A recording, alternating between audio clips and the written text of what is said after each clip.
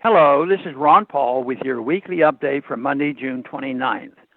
For months, the Washington Post and the rest of the Main Street media kept a morbid COVID-19 death count on their front pages and at the top of their news broadcasts.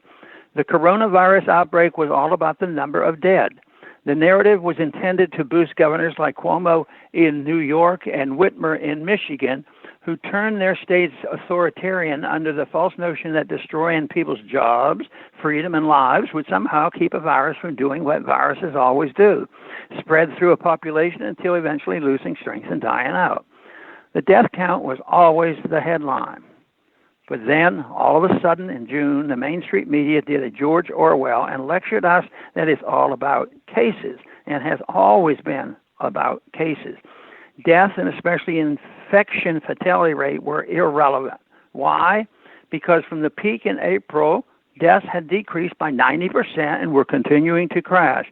That was not terrifying enough to do the media pretended their good news did not exist. With massive increases in testing, the case numbers climb. This is not rocket science. The more people you test, the more cases you discover. Unfortunately, our Main Street media is only interested in pushing the party line. So the good news that millions more have been exposed while the fatality rate continues to decline, meaning the virus is getting weaker, is buried under hysterical false reporting of new cases.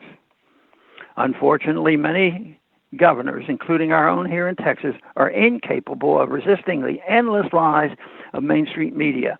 They are putting Americans again through the nightmare of forced business closures, mandated face masks, and restrictions on constitutional liberties based on false propaganda.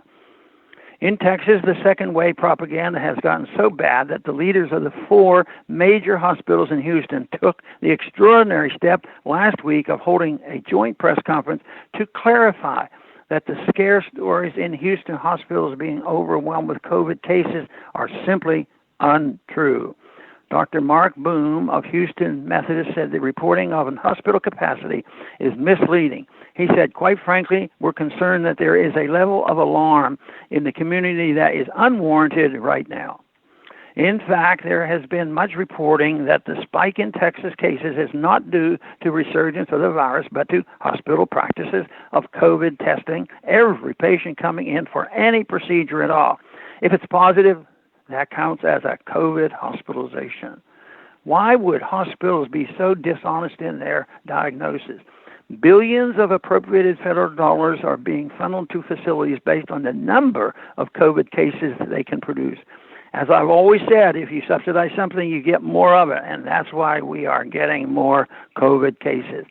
If that's too much to swallow, let's go back to the original measurements used to scare Americans into giving up their constitutional liberties, the daily Texas death numbers.